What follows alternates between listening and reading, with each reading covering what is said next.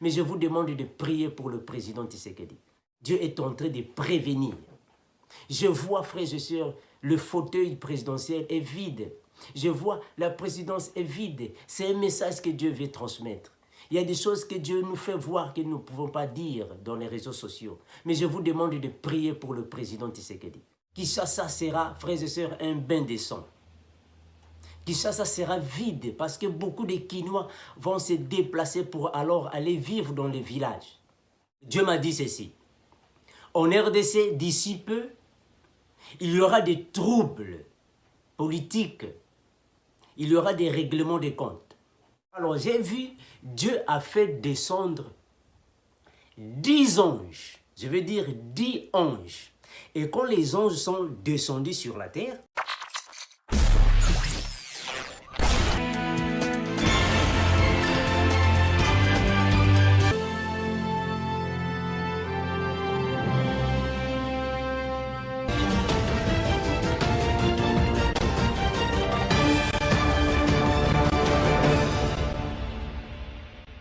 bien-aimés dans le Seigneur, je vous salue au nom précieux de notre Seigneur et Sauveur Jésus-Christ.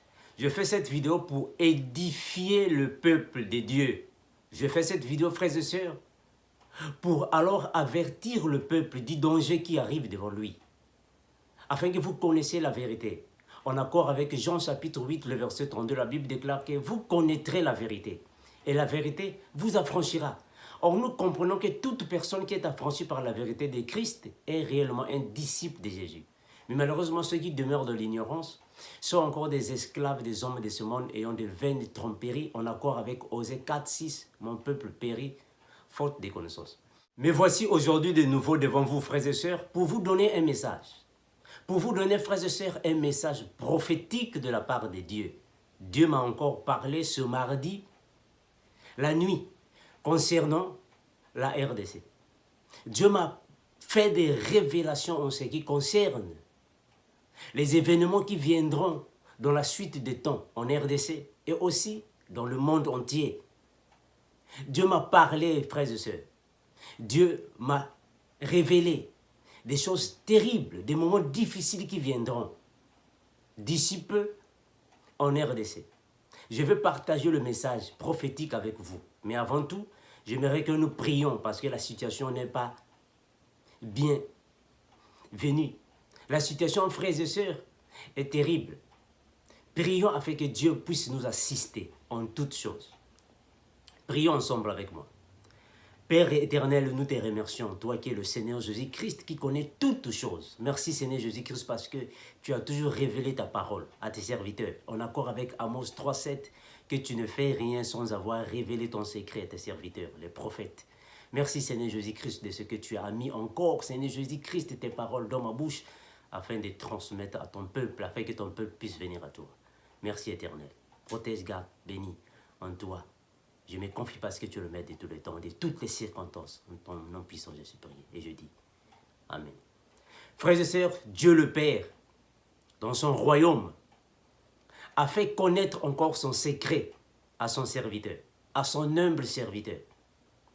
Dieu m'a parlé sur la RDC, frères et sœurs.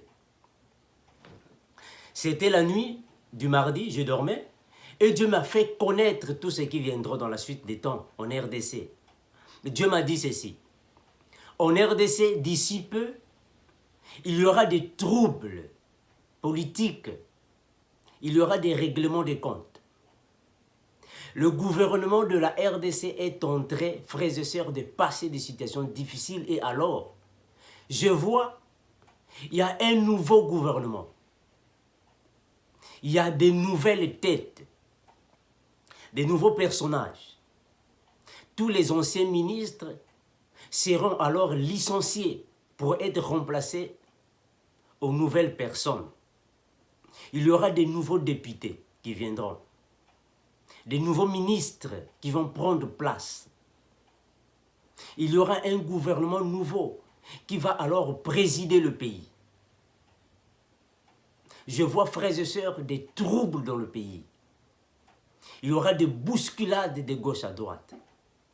Un nouveau gouvernement viendra.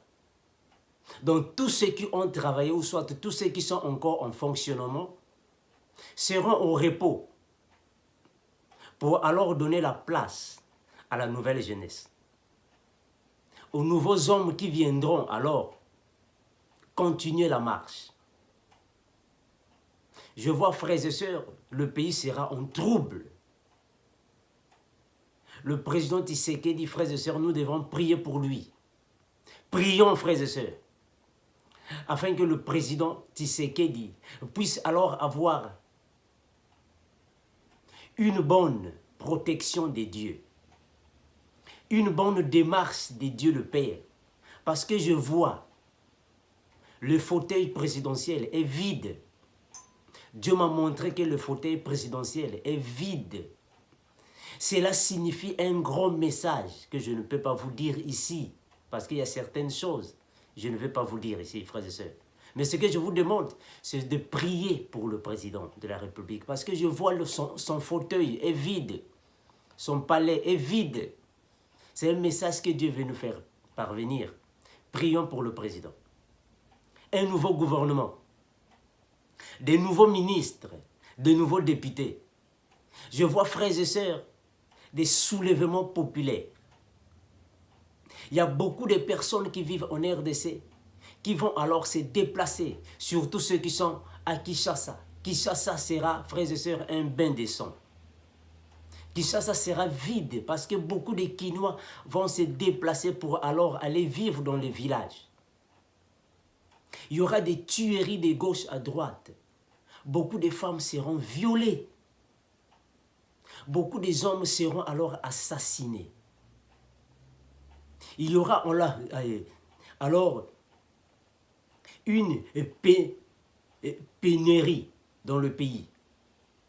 Il y aura beaucoup de déplacés dans le pays. Il y aura alors beaucoup de cris de malheur, des cris de pleurs. Il y aura alors, frères et sœurs, des bousculades, des pillages à main armée. Il y aura alors des sinistrés dans le pays. Je suis en train de voir, frères et sœurs, des perturbances. Le pays sera alors en larmes. Des événements fâcheux qui viendront alors dans le pays. Il y aura, frères et sœurs, alors des démonstrations, des tueries, des viols, des paniques dans le pays, des règlements de comptes. Un nouveau gouvernement qui viendra. Priez pour le pays. Prions pour le pays.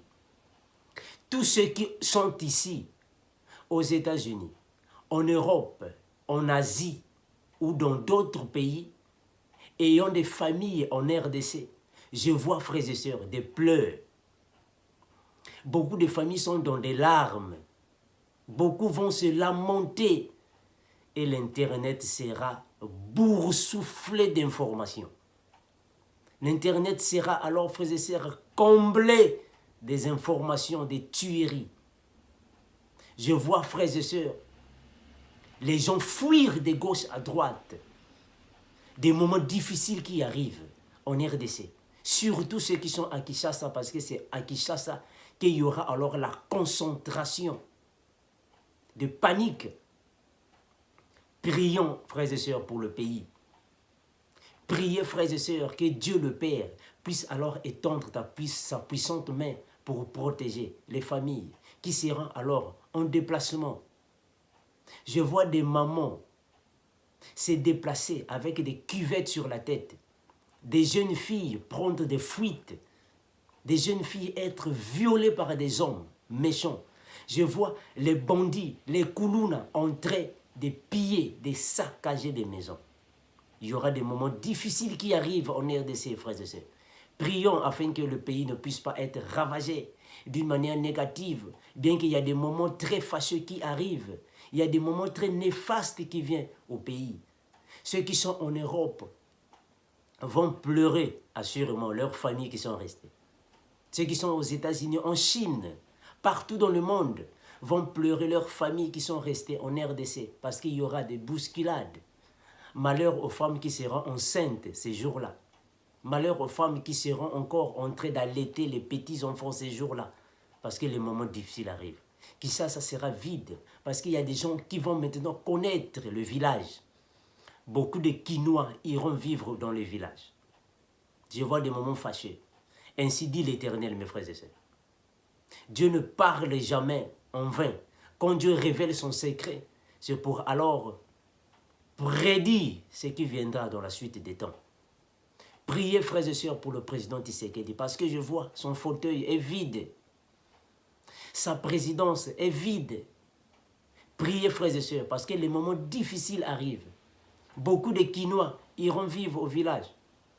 Et beaucoup de villageois vont chercher d'aller vivre dans les champs. Des moments difficiles arrivent. Frères et sœurs, priez pour le pays. Priez, frères et sœurs, vous qui êtes dans la République du Congo. Parce que des moments difficiles arrivent pour ceux qui sont dans la République démocratique du Congo. Pour ceux qui ont laissé leur famille en RDC, surtout à Kinshasa. Des moments difficiles arrivent, frères et sœurs. Nous allons prier ensemble avec vous, afin que ces moments difficiles ne puissent pas causer des pierres d'achoppement, parce qu'il y a beaucoup de chrétiens qui vont abandonner la foi. Il y a beaucoup des églises qui auront, frères et sœurs, de bouleversements. Des moments difficiles arrivent, ainsi dit l'Éternel, frères et sœurs. Dieu ne dit rien sans pourtant qu'il y a des choses qui arriveront dans la suite des temps. Je vais lire un verset avec vous, mes frères et sœurs, afin que nous puissions comprendre ce qui arriveront dans la suite des temps. Là, je suis dans 2 Timothée, chapitre 3, je prends le 1er au 7e verset. Je disais 2 Timothée, chapitre 3, le verset 1 à 7. Je lis au nom de Jésus-Christ. Sache que dans les derniers jours, il y aura des temps difficiles. Sache que dans les derniers jours, il y aura des temps difficiles, car les hommes seront égoïstes. Ah oui, frères et sœurs, les temps difficiles arrivent et nous sommes déjà dans des temps difficiles. Beaucoup des hommes seront égoïstes, amis de l'argent. Les gens seront amis de l'argent, égoïstes. Les gens seront des fanfarons, des hautains. Ah oui, il y aura beaucoup de gens fanfarons, hautains, dans les derniers temps que nous passons aujourd'hui, frères et sœurs. Amis de l'argent, les gens seront des blasphémateurs. Ils vont commencer à blasphémer le nom de l'Éternel. Les gens seront des blasphémateurs, frères et sœurs. Ils vont oser alors insulter le Seigneur Dieu, Jésus-Christ, qui leur a rachetés. Les gens seront rebelles à leurs parents. Oui, rebelles à leurs parents. Dans la suite des temps, frères et sœurs, en RDC, beaucoup de gens seront rebelles à leurs parents. La jeunesse va se révolter contre les adultes, contre les personnes âgées. Les jeunes gens vont alors frapper même les vieilles personnes. Les vieux, ils vont commencer à frapper sur eux. Les gens seront rebelles à leurs parents. Les gens seront ingrats et irréligieux. Ah oui, les gens seront ingrats. Ils ne vont plus reconnaître le bien qu'on va leur faire. Ils seront ingrats et irréligieux. Ils vont s'en foutre de tout ce qui est religieux. Irréligieux. Ils seront insensibles. Les hommes seront insensibles dans la suite des temps. Les hommes vont commencer à violer les femmes. Ils seront insensibles à leur malheur. Les gens seront, frères et sœurs, sans cerveau. Ils vont commencer à violer les femmes, piller les maisons. Insensibles, frères et sœurs. Déloyeux. Ils seront déloyeux. Ils n'auront plus la loi dans leur cerveau. Ils vont faire des choses néfastes pour alors dévaster la ville. Les temps difficiles arrivent à Kinshasa. Dans la suite des temps, des gens seront déloyeux, hors la loi. Bien que les gens disent que nul est au-dessus de la loi. Mais dans la suite des temps, les gens seront au-dessus de la loi. Ils vont s'en foutre de la loi. Ils seront déloyaux. Calomniateurs. Ils vont commencer à calomnier, frères et sœurs, la parole de Dieu. Les gens seront intempérants. Ils n'auront plus la tempérance. Ils n'auront plus la douceur. Les gens seront des personnes brutales dans la suite des temps, frères et sœurs. Les gens seront des traîtres. Il y aura des traîtres en RDC dans la suite des temps, frères et sœurs. Dieu ne dit rien sans que les choses arrivent. Il y aura beaucoup de traîtres dans la suite des temps. Dieu a révélé cette parole à son serviteur. Il y aura beaucoup de traites en RDC, à Kinshasa, des traites politiques, des traites dans des familles, des traites dans les églises, des traites dans les amitiés. Il y aura beaucoup de traites et ils vont faire beaucoup du mal, frères et sœurs. Que cette parole soit alors percée dans vos mémoires, qu'il y aura des traites dans la suite des temps. Il y aura beaucoup de traîtres de part et d'autre. Les gens seront emportés par le mensonge des hommes de ce monde. Les gens seront emportés par les loges maçonniques. Les gens seront emportés par la tuerie. Les gens seront emportés, frères et sœurs, par des viols, des pillages dans la suite des temps. Les gens seront enflés d'orgueil dans la suite des temps, en RDC, à Kinshasa. Les gens seront enflés d'orgueil après avoir commis des actes abominables dans la suite des temps, mes frères et sœurs. Ainsi dit l'Éternel. Dans la suite des temps, les gens seront orgueilleux, enflés d'orgueil, vouloir toujours faire du mal au prochain. Dans la suite des temps, mes frères, les gens seront amis du plaisir.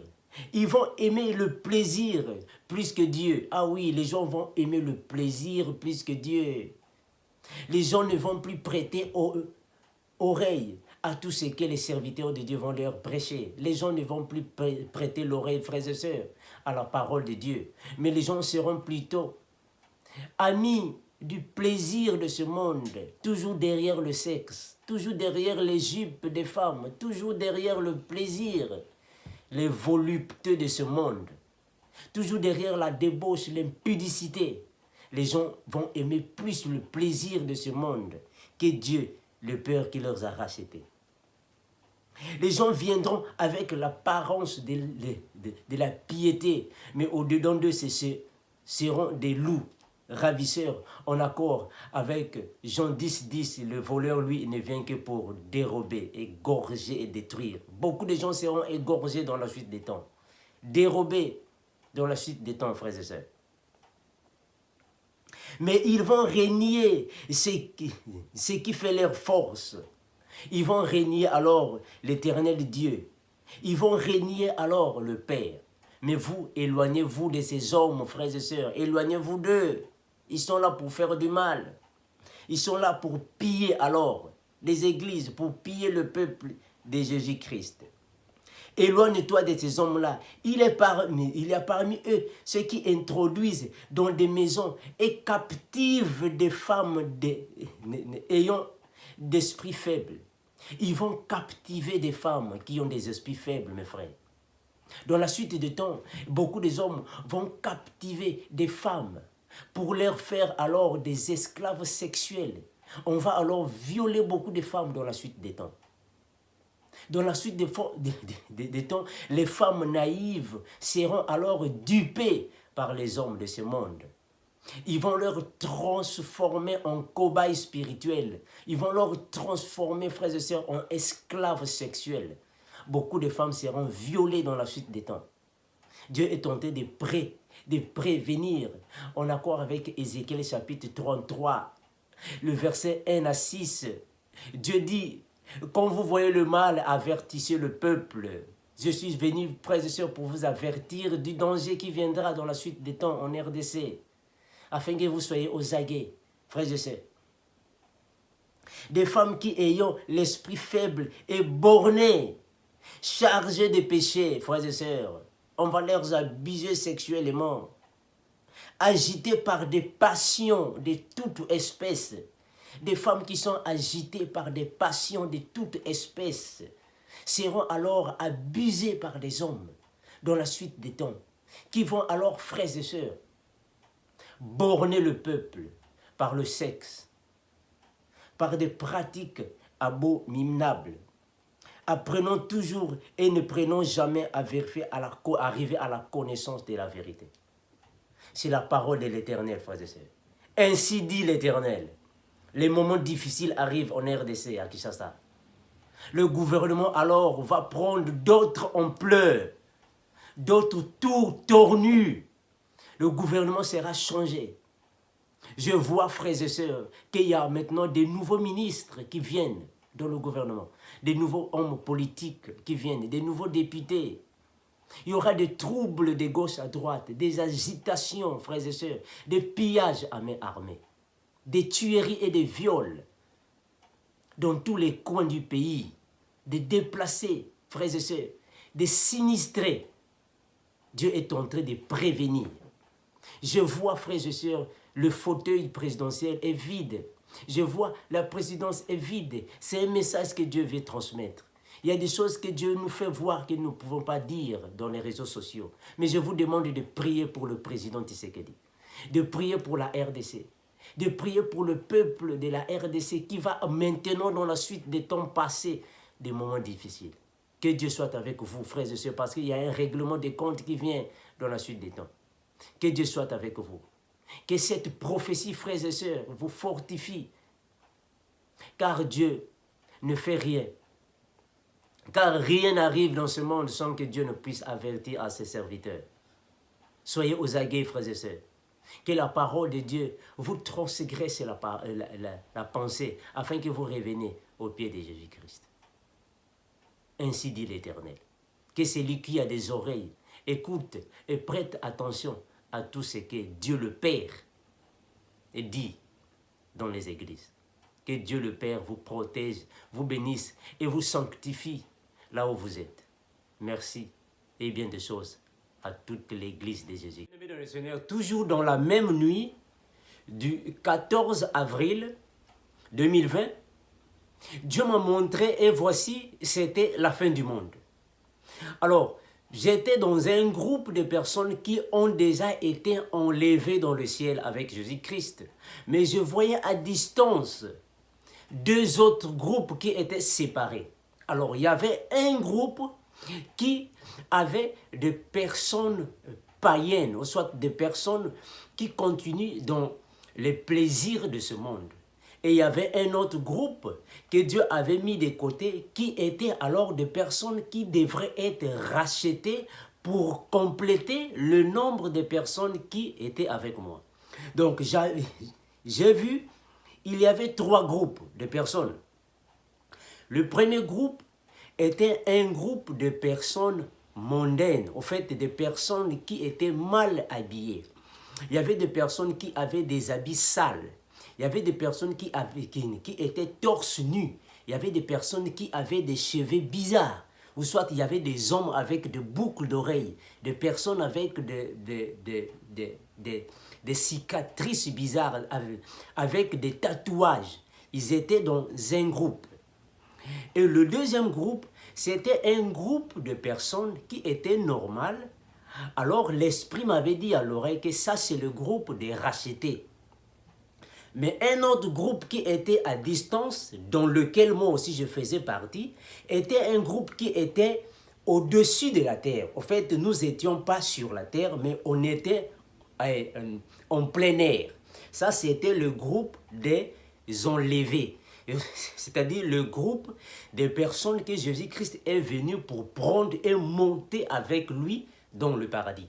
Mais il fallait faire un stop en plein air pour alors chercher un nombre de personnes pour venir ajouter dans le nombre parce qu'on était un nombre insuffisant.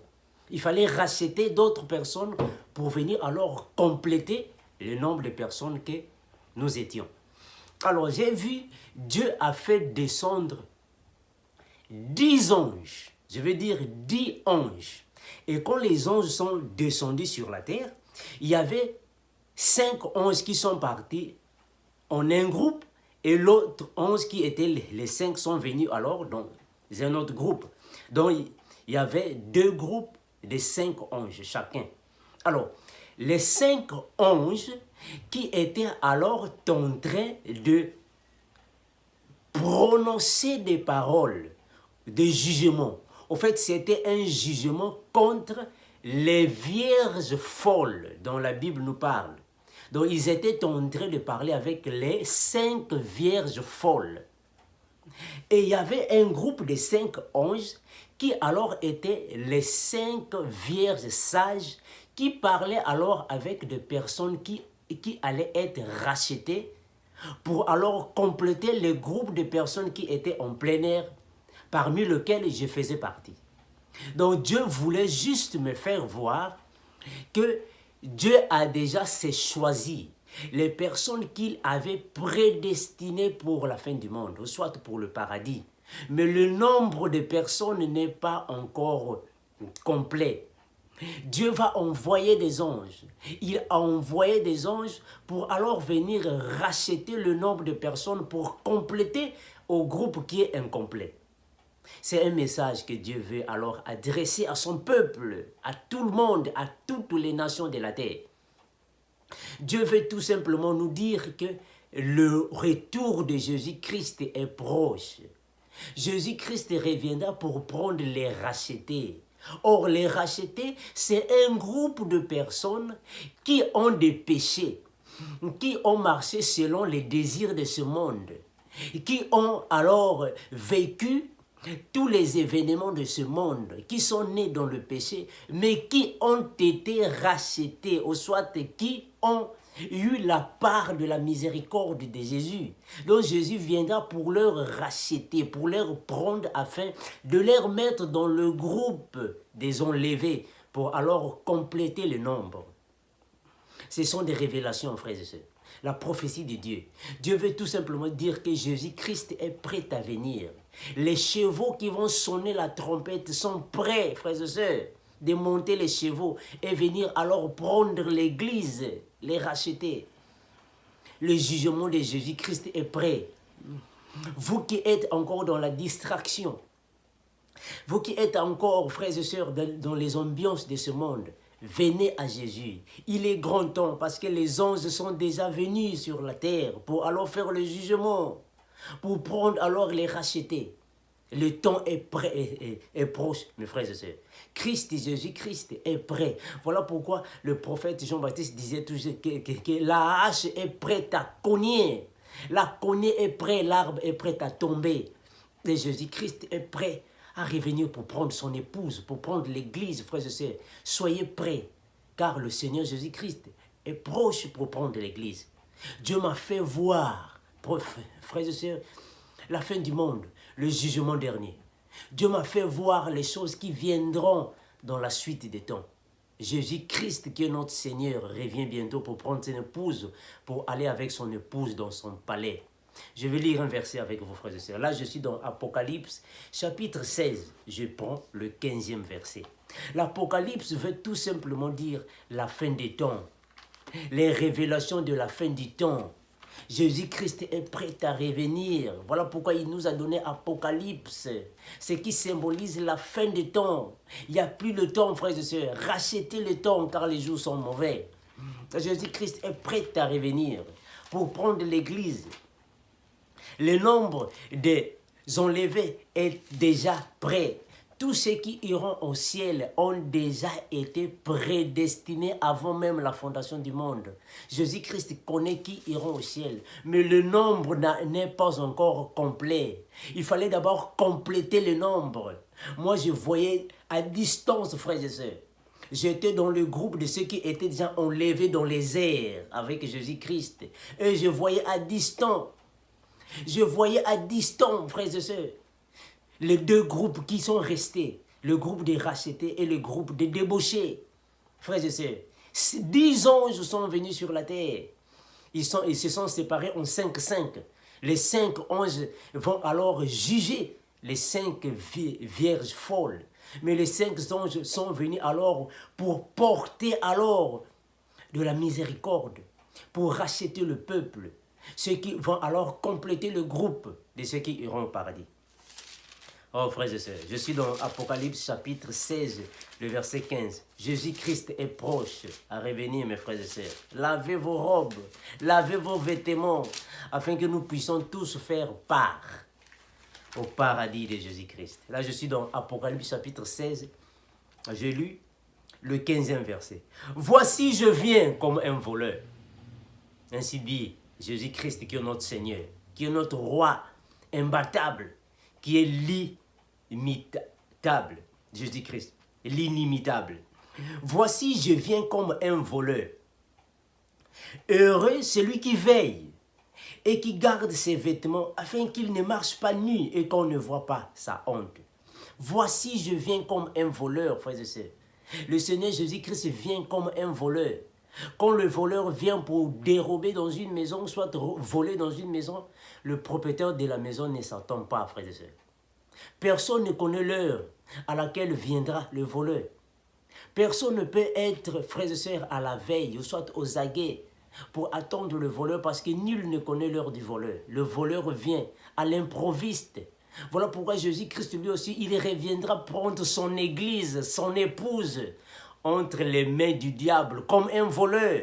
Le diable ne s'attendra pas quand Jésus-Christ viendra ravir sa femme et monter avec sa femme. Jésus-Christ viendra comme un voleur. Mais est-ce que tu es prêt, frères et sœurs? Mais est-ce que tu es prête, ma sœur? Est-ce que tu es prêt quand Christ revient pour prendre son église? Est-ce que tu as lavé tes robes? Les robes symbolisent les fruits, les actes, les comportements, la conduite, les pensées, frères et sœurs. Est-ce que tu as lavé les habits? Les habits symbolisent les fruits d'un enfant de Dieu. Voici, je viens comme un voleur. Heureux celui qui veille. Heureux celui qui veille, frères et sœurs. Veiller signifie être toujours dans la vie des prières, dans la vie de sanctification. Voilà pourquoi la Bible dit « priez sans cesse ». Ah voilà, celui qui prie sans cesse est en train de veiller. Veiller ne signifie pas dire aller dans une église pour faire une veillée de prière. Non, veiller signifie continuer de vivre dans la sanctification. Continuer de prier, continuer de mener la vie de sanctification, lire la parole, être toujours au pied de Jésus, c'est ça, veiller. Veillez, frères et sœurs. Heureux celui qui veille et qui garde ses vêtements. Voilà, gardez vos vêtements, frères. Les vêtements symbolisent la pureté, la sanctification. Les fruits, ta conduite, ce sont des vêtements, frères et sœurs. Tes comportements, ce sont des vêtements. Gardez vos vêtements propres, car Jésus-Christ revient pour prendre son église. Si Jésus-Christ revient, vous trouvez sale, il vous laissera. Une épouse ne peut pas être sale le jour du mariage. L'épouse doit être toujours propre pour attendre alors son amant, son époux, son roi qui vient pour le prendre et l'emmener au palais. Heureux ceux qui gardent leurs vêtements, afin qu'ils ne marchent pas nus et qu'on ne voit pas sa honte. Jésus-Christ revient bientôt, mes frères et sœurs. Le royaume de Jésus-Christ est proche, à abri ses portes, afin que nous allions. L'époux est proche de revenir et prendre son époux. Soyez aux aguets, frères et sœurs. Que Christ sanctifie sa parole. Que Christ Jésus vous garde et vous donne la force, le discernement. La prophétie de Dieu, quand elle tombe, c'est pour alors éveiller, c'est pour alors secouer l'Église, afin que vous puissiez venir à Jésus-Christ. Ainsi dit l'Éternel. Que celui qui a des oreilles écoute et soit attentif à tout ce que l'Esprit de Dieu dit dans les églises, dans son peuple, afin de venir à lui. Merci. Je vous remercie d'avoir suivi cette vidéo. Que Dieu le Père vous sanctifie, vous purifie. Comme nous disons toujours, Maranatha, ce qui signifie le Seigneur Jésus-Christ, notre roi, notre maître, notre grand Dieu, l'imbattable, l'inimitable et l'incomparable, revient bientôt.